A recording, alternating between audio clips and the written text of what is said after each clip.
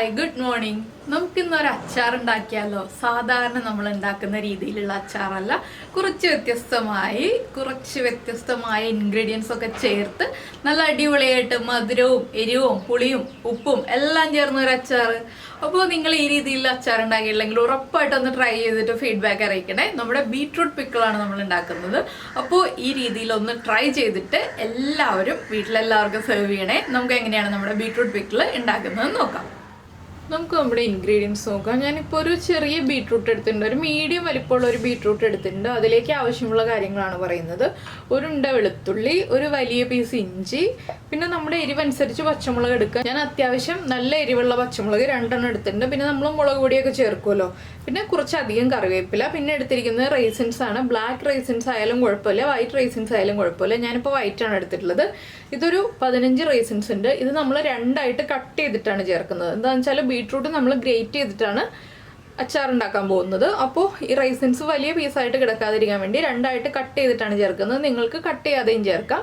പിന്നെ ഞാൻ കുറച്ച് 20 റൈസിൻസോളം വെള്ളത്തിൽ സോക്ക് ചെയ്ത് വെച്ചിട്ടുണ്ട്. ഇത് നോർമൽ വാട്ടറിൽ ഒരു 2 മണിക്കൂർ സോക്ക് ചെയ്തിട്ടുണ്ട്. നിങ്ങൾ സോക്ക് ചെയ്യാൻ മറന്നുപോയെന്നുണ്ടെങ്കിൽ ഒരു 15 മിനിറ്റ് ചൂടുവെള്ളത്തിൽ സോക്ക് ചെയ്താലും മതി.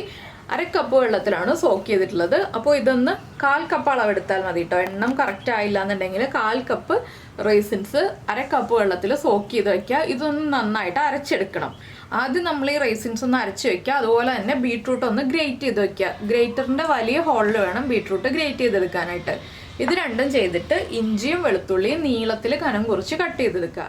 ഇപ്പം നമ്മുടെ ബീട്രൂട്ട് നമ്മൾ വലിയ ഗ്രേറ്ററിൻ്റെ ഹോളിൽ ഗ്രേറ്റ് ചെയ്തെടുത്തിട്ടുണ്ട്. ഇത് നമുക്ക് മാറ്റി വയ്ക്കാം. അതുപോലെ തന്നെ റൈസിൻസ് സോക്ക് ചെയ്തിരുന്ന വെള്ളത്തോടുകൂടി അരച്ചെടുത്തിട്ടുണ്ട്. ഫൈൻ പേസ്റ്റ് ആയിട്ട് അരയ്ക്കേണ്ട, തരിതരിപ്പോടു കൂടിയാണ് അരച്ചെടുത്തിട്ടുള്ളത്. ഇത് നമുക്ക് മാറ്റി വയ്ക്കാം.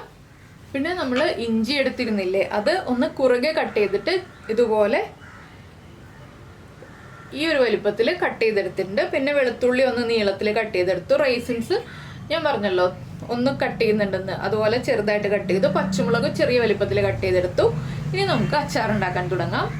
അപ്പോൾ ഞാനൊരു പാനിൽ നല്ലെണ്ണ ഒഴിച്ചിട്ടുണ്ട്. നല്ലെണ്ണയിലാണ് കേട്ടോ അച്ചാർ ഉണ്ടാക്കുന്നത്. കൂടുതൽ കാലം സൂക്ഷിച്ച് വെക്കണം എന്നുണ്ടെങ്കിലും എണ്ണ കൂടുതൽ ചേർക്കണം. അതുപോലെ തന്നെ വെളിച്ചെണ്ണയിൽ ഉണ്ടാക്കുന്നതിനേക്കാൾ നല്ലെണ്ണയിൽ ഉണ്ടാക്കുന്നതാണ് നല്ലത്. ഇപ്പോൾ 1 ടീസ്പൂൺ കടുക് ഞാൻ ചേർക്കുന്നുണ്ട്. കടുകൊന്ന് പൊട്ടി തുടങ്ങട്ടെ.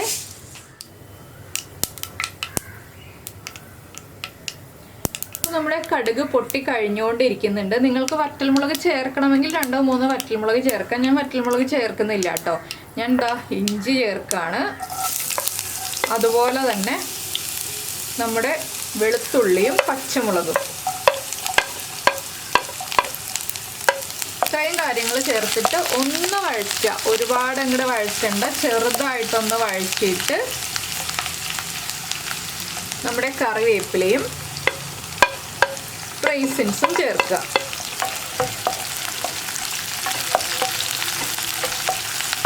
ഇത്രയും ചേർത്തിട്ട് കറിവേപ്പിലയുടെ ആ ഒരു പച്ചപ്പുണ്ടല്ലോ, കറിവേപ്പില നനവില്ലാത്ത കറിവേപ്പില ആയിരിക്കണം. നനവൊക്കെ നന്നായിട്ട് തുടച്ച് മാറ്റിയ കറിവേപ്പില ആയിരിക്കണം. കറിവേപ്പിലയുടെ പച്ചപ്പൊന്ന് മാറുന്നത് വരെ 1 മിനിറ്റ് ഒന്ന് ഇളക്കി കൊടുക്കുക. എല്ലാ അച്ചാറുകളിലും കറിവേപ്പില കൂടുതൽ ചേർക്കുമ്പോൾ നല്ലൊരു ടേസ്റ്റാണ് കേട്ടോ കറിവേപ്പിലയുടെ. ഇനി കറിവേപ്പില ഒന്ന് കുക്കായി വന്നു കഴിയുമ്പോൾ നമ്മൾ ഇതിലേക്ക് ചേർക്കാൻ പോകുന്നത് നമ്മൾ അരച്ചു വച്ചിരിക്കുന്ന റൈസിൻസിൻ്റെ പേസ്റ്റ്. ഇനി റൈസിൻസിൻ്റെ പേസ്റ്റിലുള്ള ആ വെള്ളം ഉണ്ടല്ലോ, ആ വെള്ളം വറ്റി വരുന്നത് വരെ നമ്മളൊന്ന് ഇളക്കി കുക്ക് ചെയ്തെടുക്കണം. ഒരു 2-3 മിനിറ്റ് ഇളക്കി കൊടുക്കുക. അത് നന്നായിട്ട് വെള്ളം വറ്റി വരണം, അതുവരെ നമ്മളൊന്ന് ഇളക്കി കൊടുക്കണം. അപ്പോൾ ഒരു 3 മിനിറ്റ് ഞാൻ ഇളക്കിക്കൊണ്ടിരിക്കട്ടെ. വേറെ ഒന്നും ഇപ്പോൾ ആഡ് ചെയ്യുന്നില്ല. ഇപ്പോൾ ഞാൻ ഇളക്കി തുടങ്ങിയിട്ട് ഒരു 3 മിനിറ്റ് കഴിഞ്ഞു. ഇനി നമ്മൾ ഇതിലേക്ക് ചേർക്കുന്നത് നമ്മുടെ ബീട്രൂട്ടാണ്. ബീട്രൂട്ട് ചേർത്തിട്ട് വീണ്ടും നമുക്ക് കുറച്ച് സമയം ഇളക്കി കൊടുക്കണം. ഒരു 4 മിനിറ്റോളം ബീട്രൂട്ട് ചേർത്തിട്ടും ഇളക്കി കൊടുക്കുക.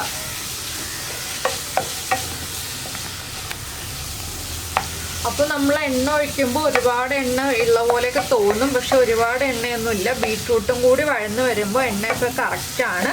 ഇനി നമുക്ക് ബീട്രൂട്ടും കുക്കായി കഴിഞ്ഞിട്ട് വേണം ബാക്കിയുള്ള കാര്യങ്ങൾ ചേർക്കാൻ. ഇപ്പോൾ നമുക്ക് ഉപ്പ് മാത്രം ചേർത്ത് കൊടുക്കാം. ബീട്രൂട്ടിന് ആവശ്യമായിട്ടുള്ള ഉപ്പ്, അതായത് നമ്മുടെ മൊത്തം അച്ചാറിന് ആവശ്യമായിട്ടുള്ള ഉപ്പ് ചേർക്കാം. അച്ചാറായതുകൊണ്ട് തന്നെ ഉപ്പ് കുറച്ച് കൂടുതൽ വേണം. നമ്മൾ വിനിഗറൊക്കെ ചേർത്ത് വരുമ്പോൾ ഉപ്പ് കറക്റ്റ് ആവണമല്ലോ, അതുകൊണ്ട് ഉപ്പ് കുറച്ച് മുൻപിൽ നിൽക്കുന്ന രീതിയിൽ ചേർത്ത് കൊടുക്കുക. ഇനി ബീട്രൂട്ടും കൂടി ഒരു 4 മിനിറ്റ് ഒന്ന് കുക്കായി വരട്ടെ. അതിനുശേഷം നമുക്ക് ബാക്കിയുള്ള പൊടികളൊക്കെ ചേർക്കാം. അപ്പോൾ നമ്മുടെ ബീട്രൂട്ട് ചേർത്തിട്ട് ഞാൻ ഇളക്കി തുടങ്ങിയിട്ട് ഒരു 3-4 മിനിറ്റ് ആയി. ഇനി നമുക്കിതിലേക്ക് പൊടികൾ ചേർത്ത് കൊടുക്കാം. ഫ്ലെയിം കുറച്ച് വെച്ചിട്ട് പൊടികൾ ചേർക്കാം. ഒരു 1/4 ടീസ്പൂൺ കായപ്പൊടി, 1/4 ടീസ്പൂൺ ഉലുവ വറുത്ത് പൊടിച്ചത്, പിന്നെ നമ്മൾ പച്ചമുളക് ചേർത്തിട്ടുണ്ട് എരിവിന്, എങ്കിലും 1.5 ടീസ്പൂൺ കാശ്മീരി ചില്ലി പൗഡർ ചേർക്കുന്നുണ്ട്. ഒരു കളറിന് വേണ്ടിയിട്ടാണ് നമ്മൾ കാശ്മീരി ചില്ലി പൗഡർ ചേർക്കുന്നത്. നിങ്ങൾ പച്ചമുളക് ചേർക്കാതെയാണ് അച്ചാർ ഉണ്ടാക്കുന്നതെങ്കിൽ ഒരു 1/2 ടീസ്പൂൺ എരിവുള്ള മുളക് പൊടി മാത്രം ചേർക്കാം കേട്ടോ. ഇനി നമ്മുടെ പൊടികളൊന്ന് കുക്കായി വരുന്നത് വരെ 1 മിനിറ്റ് ഒന്ന് ഇളക്കി കൊടുക്കുക. അപ്പോൾ എണ്ണ കുറവാണെങ്കിൽ എണ്ണ വീണ്ടും ചേർത്ത് കൊടുക്കണം. ഇതിൽ ഈ ഒരു അച്ചാറൊക്കെ പ്രിപ്പയർ ചെയ്യുമ്പോൾ ഏത് സ്റ്റേജിൽ വേണമെങ്കിലും നമുക്ക് എണ്ണ ചേർത്ത് കൊടുക്കാം. നമ്മൾ വിനിഗർ ചേർക്കുന്നതിന് മുൻപ് ഏത് സ്റ്റേജിൽ വേണമെങ്കിലും എണ്ണ ചേർത്ത് കൊടുക്കാം കേട്ടോ. 1 മിനിറ്റും കൂടി ഒന്ന് നമുക്ക് ഇളക്കി കൊടുത്തുകൊണ്ടിരിക്കാം.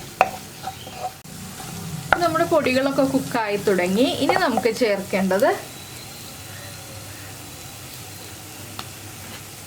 ഒരു 3/4 ടീസ്പൂൺ പഞ്ചസാര. എന്താണെന്ന് വെച്ചാൽ നമ്മൾ എരിവും മധുരവും പുളിയും എല്ലാം ഉള്ള അച്ചാറാണ് ഉണ്ടാക്കുന്നത്. പിന്നെ ഒരു 1/4 കപ്പ് വിനിഗർ.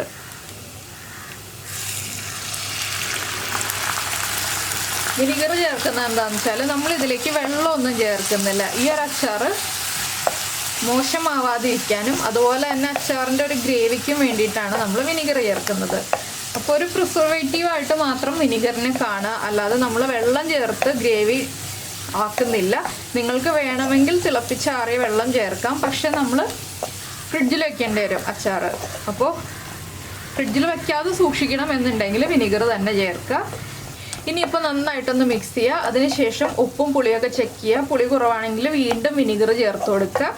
അപ്പോൾ ഞാനൊന്ന് ഉപ്പും പുളിയൊക്കെ ഒന്ന് ചെക്ക് ചെയ്യട്ടെ. അതിനുശേഷം നമുക്ക് വിനിഗർ വേണമെങ്കിൽ ചേർത്ത് കൊടുക്കാം. ഇപ്പോൾ ഇതാ നമ്മുടെ അച്ചാർ റെഡി ആയിട്ടുണ്ട്. ഞാനൊരു 1/4 കപ്പും കൂടി വിനിഗർ ചേർത്തിട്ടുണ്ട്. അപ്പോൾ ഉപ്പൊക്കെ ചെക്ക് ചെയ്തു. ഉപ്പും പുളിയും എരിവും എല്ലാം കറക്റ്റാണ്. ഇനി ഒരുപാട് തിളച്ചിട്ടുണ്ടെങ്കിൽ വീണ്ടും നമ്മുടെ വിനിഗർ വറ്റിപ്പോവും, നന്നായിട്ട് കുറുകി വരും അച്ചാർ.